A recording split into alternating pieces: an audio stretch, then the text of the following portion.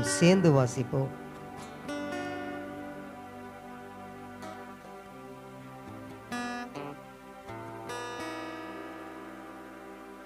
சங்கீதம் 91 நாம் சேர்ந்து வாசிப்போம். உன்னதமானவரின் மறைவில் இருக்கிறவன் சர்வ வல்லவருடைய நிழலில் தங்குவான். நான் கர்த்தரை நோக்கி, நீர் என் அடைக்கலம், என் கோட்டை, என் தேவன், நான் நம்பி இருக்கிறவர் என்று சொல்லுவேன். அவர் உன்னை வேடனுடைய கண்ணிக்கும் பாழாக்கும் கொள்ளை நோய்க்கும் தப்புவிப்பார். அவர் தமது சிறகுகளாலே உன்னை மூடுவார். அவர் செட்டைகளின் கீழே அடைக்கலம் புகுவாய். அவருடைய சத்தியம் உனக்கு பரிசையும் கேடகமுமாகும். இரவில் உண்டாகும் பயங்கரத்துக்கும் பகலில் பறக்கும் அம்புக்கும் இருளில் நடமாடும் கொள்ளை நோய்க்கும் மத்தியானத்தில் பாழாக்கும் சங்காரத்துக்கும் பயப்படாதிருப்பாய். உன் பக்கத்தில் 1000 பேரும் உன் வலது புறத்தில் 10,000 பேரும் விழுந்தாலும் அது உன்னை அணுகாது. உன் கண்களால் மாத்திரம் நீ அதை பார்த்து துன்மார்க்கருக்கு வரும் பலனை காண்பாய். எனக்கு அடைக்கலமாய் இருக்கிற உன்னதமான கர்த்தரை உனக்கு தாபரமாக கொண்டாய். ஆகையால் பொல்லாப்பு உனக்கு நேரிடாது, வாதை உன் கூடாரத்தை அணுகாது. உன் வழிகளிலெல்லாம் உன்னை காக்கும்படி உனக்காக தம்முடைய தூதர்களுக்கு கட்டளையிடுவார். உன் பாதம் கல்லில் இடராதபடிக்கு அவர்கள் உன்னை தங்கள் கைகளில் ஏந்தி கொண்டு போவார்கள். சிங்கத்தின் மேலும் விரியன் பாம்பின் மேலும் நீ நடந்து பால சிங்கத்தையும் வலு சிற்பத்தையும் மிதித்து போடுவாய். அவன் என்னிடத்தில் வாஞ்சியாய் இருக்கிறபடியால் அவனை விடுவிப்பேன். என் நாமத்தை அவன் அறிந்திருக்கிறபடியால் அவனை உயர்ந்த அடைக்கலத்திலே வைப்பேன். அவன் என்னை நோக்கி கூப்பிடுவான், நான் அவனுக்கு மறு உத்தரவு அருளி செய்வேன். ஆபத்தில் நானே அவனோடு இருந்து அவனை தப்புவித்து அவனை கனப்படுத்துவேன். நீடித்த நாட்களால் அவனை திருப்தியாக்கி என் ரட்சிப்பை அவனுக்கு காண்பிப்பேன். ஆமேன். ஸ்தோத்திரம் பண்ணுவோம். ஸ்தோத்திரம். நாம் நின்ற வண்ணமாக நீதிமொழிகள் 1 அதிகாரம் நாம் மாறி மாறி வாசிப்போம். நீதிமொழிகள் 1 அதிகாரம் நாம் மாறி மாறி வாசிப்போம். தாவீதின் குமாரனும் இஸ்ரவேலின் ராஜாவும் ஆகிய சாலமோனின் நீதிமொழிகள்.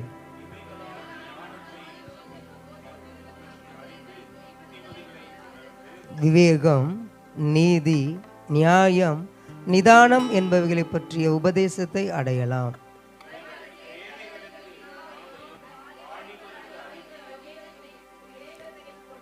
புத்திமான் இவைகளை கேட்டு அறிவில் தேறுவான். விவேகி நல்ல ஆலோசனைகளை அடைந்து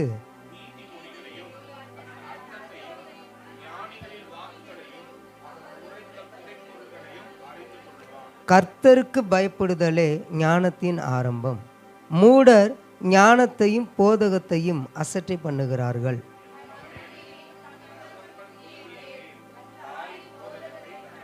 அவைகள் உன் சிரசுக்கு அலங்காரமான முடியும், உன் கழுத்துக்கு சரப்பணியுமாயிருக்கும்.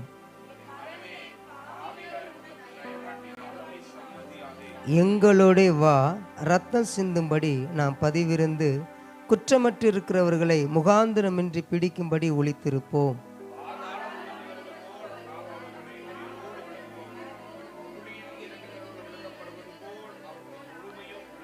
விலை உயர்ந்த சகலவித பொருட்களையும் கண்டடைவோம்.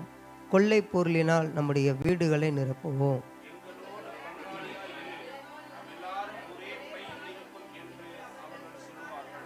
என் மகனே, நீ அவர்களோட வழி நடவாமல் உன் காலை அவர்கள் பாதைக்கு விலக்குவாயாக.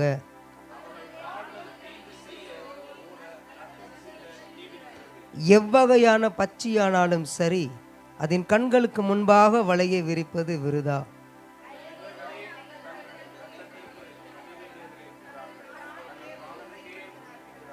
பொருளாசையுள்ள எல்லாருடைய வழியும் இதுவே, இது தன்னை இடையவர்களின் உயிரை வாங்கும்.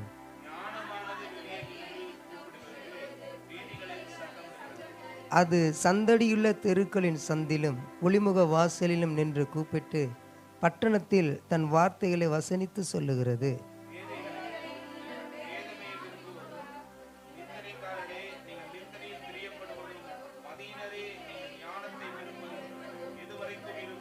என் கடிந்து கொள்ளுதலுக்கு திரும்புங்கள், இதோ என் ஆவியை உங்களுக்கு அருளுவேன், என் வார்த்தைகளை உங்களுக்கு தெரிவிப்பேன்.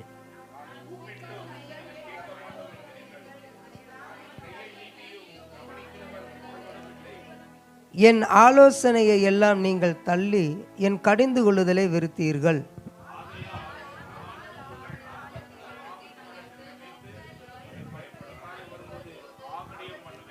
நீங்கள் பயப்படும் காரியம் புசல் போல் வரும்போதும், ஆபத்து சூறாவளி போல் உங்களுக்கு நேரிடும் போதும், நெருக்கமும் இடுக்கணும் உங்கள் மேல் வரும்போதும் ஆகடியம் பண்ணுவேன்.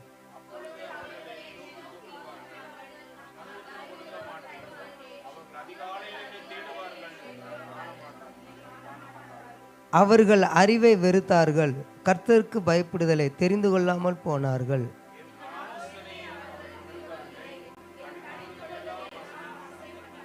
ஆகையால் அவர்கள் தங்கள் வழியின் பலனை புசிப்பார்கள், தங்கள் யோசனைகளினால் திருப்தி அடைவார்கள்.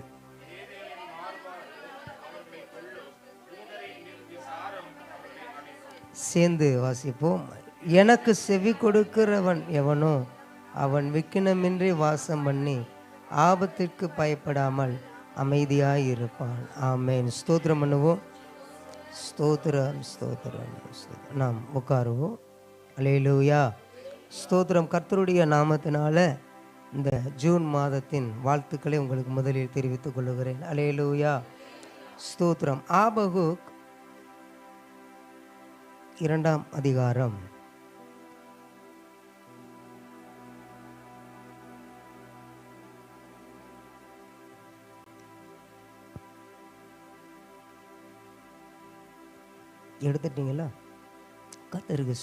3வது வசனம். குறித்த காலத்துக்கு தரிசனம் இன்னும் வைக்கப்பட்டு இருக்கிறது, முடிவிலே அது விளங்கும், அது பொய் சொல்லாது, அது தாமதித்தாலும் அதற்கு காத்திரு, அது நிச்சயமாய் வரும், அது தாமதிப்பதில்லை. அல்லேலூயா, அல்லேலூயா. இந்த ஜூன் மாதத்துக்கு கர்த்தர் நமக்கு கொடுத்திருக்கிற வார்த்தை இந்த ஆபகுக் 2ஆம் அதிகாரம் 3வது வசனம். அல்லேலூயா. நம்ம சேர்ந்து வாசிப்போமா? வாசிப்போம்.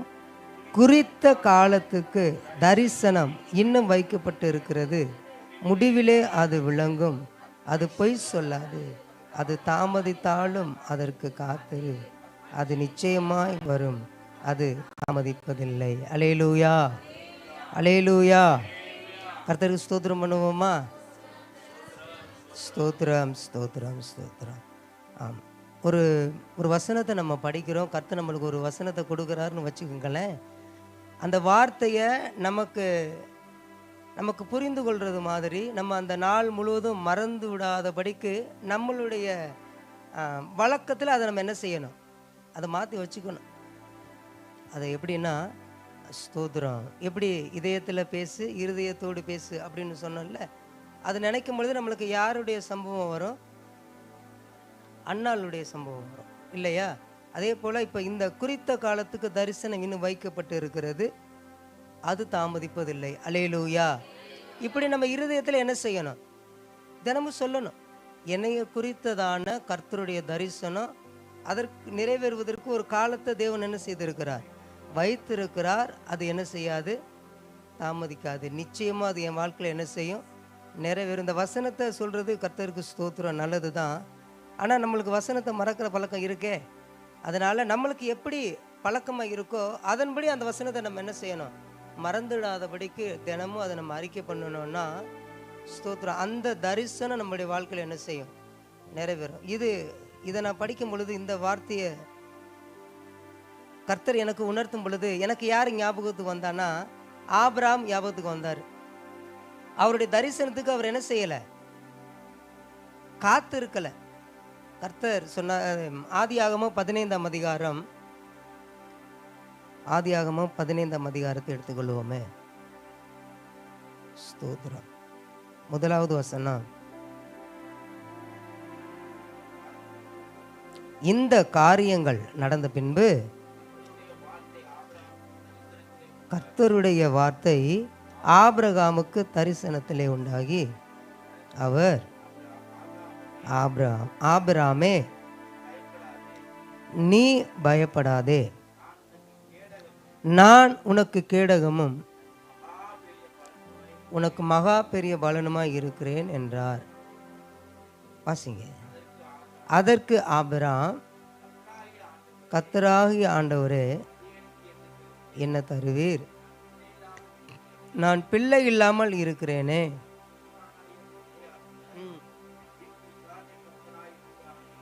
இன்னும் ஆபிரகாம்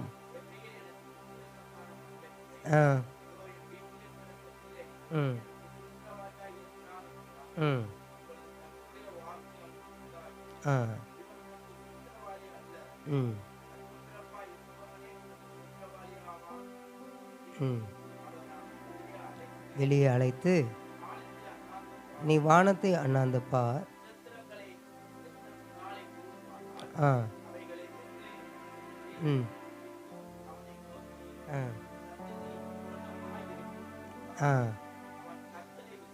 அவன் கர்த்தரை விசுவாசித்தான், நீதியாக எண்ணினார். அல்லேலூயா. இந்த ஆபிரகாமுடைய வாழ்க்கை, அவர் வாழ்க்கையில் நடந்தது நம்மளுக்கு எல்லாருக்குமே என்ன செய்யும் தெரியும் தானே, இல்லையா? ஸ்தோத்திரம். அவருக்கென்று ஒரு வார்த்தையை கர்த்தர் அவனுக்கு கொடுத்தார். நீ உனக்கு குறித்த காலத்தில் ஒரு குமாரனை உனக்கு நான் என்ன செய்வேன், கொடுப்பேன் அப்படின்னு சொன்னார். ஆனால் அவருக்கு அந்த தரிசனம் நிறைவேறும் அப்படிங்கிற அதை விசுவாசித்தார். ஆனால் அதுக்கு அவர் என்ன செய்யலை, காத்து இருக்கலை. நம்ம கர்த்தர் நம்மளுக்கு கொடுக்குற வார்த்தையை விசுவாசிப்போம், ஆனால் நம்ம என்ன செய்ய மாட்டோம், காத்து இருக்க மாட்டோம். உடனே நம்ம வாழ்க்கையில் என்ன செஞ்சிடணும், இப்போ சொன்னால் அடுத்த நிமிஷமே அதை என்ன செஞ்சிடணும், நடந்துடணும். இல்லைன்னா நம்மளுக்கு டவுட் ஆகிடும், இல்லையா? இல்லை, இது கர்த்தர் நம்மளோடு கூட என்ன செய்யலை, பேசலை அப்படிங்கிற முடிவுக்கே நம்ம வந்துடுவோம். காத்து இருக்கணும். ஆபிரகாம் ஆபிரகாமா இருந்த பொழுது கர்த்தருடைய வார்த்தை அவருக்கு கிடைத்தது. அது எப்பொழுது நிறைவேறினுச்சுன்னா, அவர் ஆபிரகாமாய் மாறும்போது தான் என்ன செய்தது, நிறைவேறினது. அல்லேலூயா, அல்லேலூயா. நம்மை குறித்து கர்த்தர் ஒரு தரிசனம் வைத்திருக்கிறார் என்றால், அந்த தரிசனம் நிறைவேறுவதற்கு தகுதியாக நாம் மாறும்போது தான் அந்த அந்த தரிசனம் நம்முடைய வாழ்க்கையில் என்ன செய்யும், நிறைவேறும். கர்த்தர் எனக்கு வார்த்தை கொடுத்தார், கர்த்தர் எனக்கு வார்த்தை கொடுத்தார். இதில் இருக்கிற எல்லா வார்த்தையுமே யாருக்கு தான் கொடுத்துருக்கிறாரு, எனக்கு தான் கொடுத்துருக்கிறாரு. இதிலலாம் அது என்ன சொல்கிறது, ஒன்றா சேர்ந்துக்க கூடாது. இந்த வார்த்தை யாருக்கு தான் கொடுத்துருக்கிறாருன்னு சொன்னால் எனக்கு தான் கொடுத்துருக்கிறாரு அப்படி சொல்லணும். ஏன்னா கர்த்தருடைய வார்த்தை வரும் பொழுது நமக்குள்ளே இருக்கிற சில சிந்தனைகள், இந்த வார்த்தை அவங்களுக்கு தான் பேசுகிறாரு, இது அவங்களுக்கு தான் இந்த வார்த்தை என்ன செஞ்சுக்கிட்டு இருக்கு வருதுன்னு நம்ம அப்படியே நினைப்போம். நீங்கள் அப்படி நினைக்க மாட்டீங்க தானே, இல்லையா? நம்ம அப்படி நினைப்போம். எனக்கு இந்த வார்த்தையில் அவங்க அப்படி செஞ்சாங்க, அவங்களுக்கு தான் கர்த்தர் என்ன செஞ்சுக்கிட்டு இருக்கிறாரு, பேசிக்கிட்டு இருக்கிறாருன்னு சொல்லி அவங்கள நம்ம சாட்டி விட்டுருவோம். அப்படி இருக்கக்கூடாது. இந்த வேதத்தில் இருக்கிற எல்லா வார்த்தையுமே எனக்காக தான் கர்த்தர் என்ன செஞ்சுருக்கிறாரு, கொடுத்துருக்கிறாரு. என்னால் கீழ்ப்படிய முடியாத வார்த்தைகளை இங்கே தேவன் எனக்கு என்ன செய்யலை, கொடுக்கலை. திராணிக்கு மேலாக யாருமே இங்கே என்ன செய்யப்பட்டது இல்லை, சோதிக்கப்படுறதே இல்லை. அல்லேலூயா. அப்போ குறித்த காலத்திற்கு தரிசனம் வைக்கப்பட்டு இருக்கிறது, அது தாமதிப்பதில்லை. நம்ம எப்பொழுது இருதயத்தில் பேசுகிறது, குறித்த காலத்துக்கு தரிசனம் வைக்கப்பட்டு இருக்கிறது, அது தாமதிப்பதில்லை. அல்லேலூயா, அல்லேலூயா. அதற்கான தகுதியான பாத்திரமாக நம்ம மாறும் பொழுது அந்த தரிசனம் நம்முடைய வாழ்க்கையில் என்ன செய்யும், நிறைவேறும். அது நிச்சயமாக என்ன செய்யும், நிறைவேறும். செம்மையானவன் எதை அறிந்தவனாகவும் இருக்கிறான், காலத்தை அறிந்தவனாகவும் இருக்கிறான். அல்லேலூயா, அல்லேலூயா, ஸ்தோத்திரம். இந்த ஜூன் மாதத்தின் முதல் நாளில் கர்த்தர் நமக்கு கொடுத்திருக்கிற அந்த தரிசனத்தை நிறைவேற்றுகிற வழியில் நம்மை நடத்துவாராக. ஆமேன். அல்லேலூயா, அல்லேலூயா, ஸ்தோத்திரம். ஐயா கிட்ட நான் கேட்டேன் எப்போ நடத்தணும்னு. இந்த முதல் தேதி ஆராதனை ரொம்ப நேரம்லாம் நம்மளுக்கு வாக்கு தத்தம் நம்மளுக்கு மெயின் இல்லை, இல்லையா? அப்படி தானே? அப்படிதானா? இல்லை எப்படின்னு தெரியல எனக்கு. வாக்கு தத்தம் தானே ஃபஸ்ட்டு நம்மளுக்கு மெயின். அப்படி சொல்கிறீங்களா? கர்த்தருடைய வேதத்தில் இருக்கிற எல்லா வார்த்தையிலுமே நம்மளுக்கு என்னது தான்? வாக்கு தத்தம் தான். அந்த முதல் தேதியில் மட்டும் நம்ம இப்படி ஆயத்தமாக வந்து இருக்கிறது வந்து அது வழக்கமாயிடும். இன்னைக்கு 1ஆம் தேதி, இன்னைக்கு ஒரு வாக்கு தத்தத்தை எங்கள் ஊழியக்காரர் மூலமாக ஆண்டவர் எங்களுக்கு என்ன செய்வார், பேசுவாருங்கிற அந்த சிந்தனை போயிடக்கூடாது. குடும்பமாக காலையில் எழுந்ததும் ஒரு 2-3 பாடல் பாடி, முதல்ல சங்கீதம் 91 அந்த நாளுக்கான நீதிமொழிகளை படித்தா அதில் ஒரு வார்த்தையை, அன்னைக்கு தேவையான வார்த்தையை கர்த்தர் நம்மளுக்கு என்ன செய்வார், தருவார். அல்லேலூயா. அதை எப்படி நம்ம புரிந்து கொள்ள, நம்மளுக்கு ஞாபகம் வைத்துக்கொள்ள முடியுமோ அப்படி நம்ம கன்வெர்ட் பண்ணி அந்த நாள் முழுவதும் அதை நம்ம கடைப்பிடிச்சோன்னா கர்த்தர் நம்மளுக்கு கொடுத்த தரிசனத்துக்கு நேராக நடத்துவதை நம்மால் புரிந்து கொள்ள முடியும். அப்போ தான் வழக்கத்தை எதுவாக மாற்ற முடியும். ஆமாம், போன மாதம் சொன்னது இல்லையா, இந்த மாதம் கேட்டால் எப்படி உங்களுக்கு ஞாபகம் இருக்கும்? வழக்கத்தை வார்த்தையை மாற்றணுன்னா வார்த்தையில் நம்ம அதிக நேரம் என்ன செய்யணும், செலவிடணும். ஒரு வசனம் இன்றைக்கி படிக்கிறோன்னா, இன்றைக்கி காலையில் படிக்கிறோன்னா, கர்த்தர் ஒரு வார்த்தையை நம்மளுக்கு கொடுத்துருக்கிறாருன்னா அந்த நாள் முழுவதும் கூடுமான மட்டும் கடைப்பிடிக்க நம்ம என்ன செய்யணும், முயற்சி செய்யணும். அப்படி முயற்சி செஞ்சாதான் வழக்கமாக இருக்கிற எல்லா காரியத்தையும் வார்த்தையாக மாற்றுவதற்கு கர்த்தர் நம்மளுக்கு என்ன செய்வார், உதவி செய்வார். அல்லேலூயா. அப்படி பழகும் பொழுது தான் நமக்கென்று கர்த்தர் ஒரு தரிசனத்தை என்ன செஞ்சிருக்கிறாரு, வைத்திருக்கிறார். ஈசாக்கை குறித்ததான தரிசனத்தை யாருக்கிட்ட கொடுத்துருக்கிறாரு, ஆபிரகாமிட்ட கொடுத்துருக்கிறார். வானத்தை அண்ணாந்து பாரு, எவ்வளவு நட்சத்திரங்கள் இருக்கிறதோ அப்படியாக உன்னுடைய சந்ததி என்ன செய்யும், பெருகும் அப்படின்னு ஈசாக்கு கிட்ட சொல்லலை. யார்கிட்ட சொன்னார், ஆபிரகாம் கிட்ட சொன்னார். ஆனால் அதை தேவன் நிறைவேற்றினாரா இல்லையா, நிறைவேற்றினார் இல்லையா. அதே போல் நமக்கான தரிசனம், நம்முடைய சந்ததிக்கான தரிசனத்தை நம்ம கர்த்தருடைய வார்த்தையில் இருக்கும் பொழுது நமக்கு அவர் என்ன செய்வார், தெரியப்படுத்துவார். நிச்சயமாக அதை நிறைவேற்றுவார். அல்லேலூயா. அது தாமதித்தாலும் அதுக்கு நம்ம என்ன செய்யணும், காத்திருக்கணும். ஆபிரகாம் செய்ததை போல நம்ம என்ன செஞ்சிடக்கூடாது. ஏன்னா அவர் ஆபிரகாமாக இருக்கும் பொழுது அப்படி செய்யலை. ஆபிரகாமாக இருக்கும்போது தான் என்ன செஞ்சார், என்ன செஞ்சார், கர்த்தருக்கு ஸ்தோத்திரம். நம்ம சாராயுடைய வார்த்தையை கேட்டு ஆகாரோட இணைந்ததுனால அங்கே ஒரு சந்ததி என்ன செய்தது, உருவானது. அது இந்நாள் வரைக்கும் இஸ்ரவேல் ஜனங்களுக்கு விரோதமான செயலில் தான் அவங்க என்ன செஞ்சுக்கிட்டு இருக்கிறாங்க, ஈடுபட்டுக்கிட்டு இருக்காங்க. அதுக்கு காரணம் என்னன்னா, ஆபிரகாம் அந்த தரிசனம் நிறைவேறுவதற்கு என்ன செய்யலை, காத்திருக்கலை. இன்று இந்த மாதத்தில் நமக்கென்று கர்த்தர் கொடுத்துருக்கிற தரிசனம் நிறைவேறும் வரைக்கும் நம்ம என்ன செஞ்சுருக்கணும், காத்திருக்கணும். காத்திருக்கிறதுக்கு வார்த்தையில் நம்ம என்ன செய்யணும், நடக்கணும். அல்லேலூயா, அல்லேலூயா. சத்தமாக சொல்லுவோமா, எழுந்து நிற்போமா.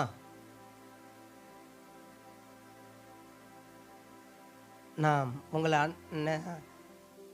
நீங்கள் ஞானஸ்தானம் எடுத்த பேரையே உங்களை என்ன செய்யுங்க, நீங்கள் கூப்பிடுங்கன்னு நான் சொல்லுவேன் தானே, சொல்லியிருக்கேன் தானே.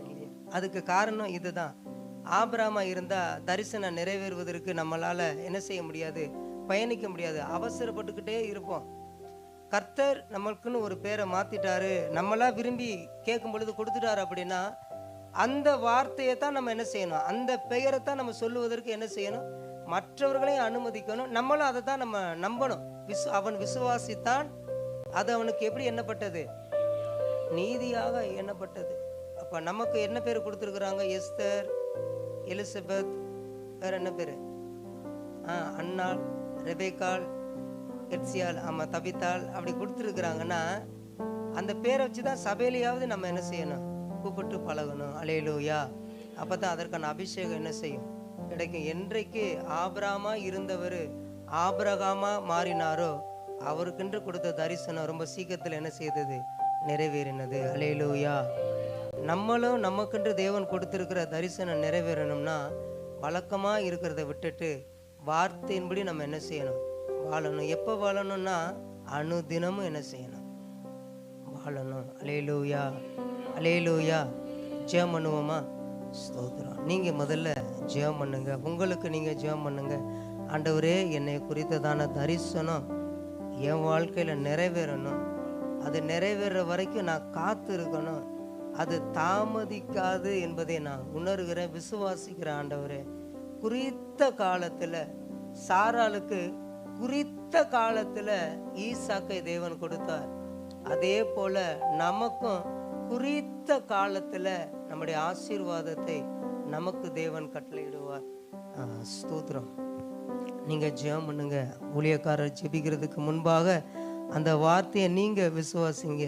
எனக்கு தரிசனமே இல்லை, அப்படி இல்லை. ஒவ்வொருவருக்கும் கர்த்தர் தரிசனம் வைத்திருக்கிறார்.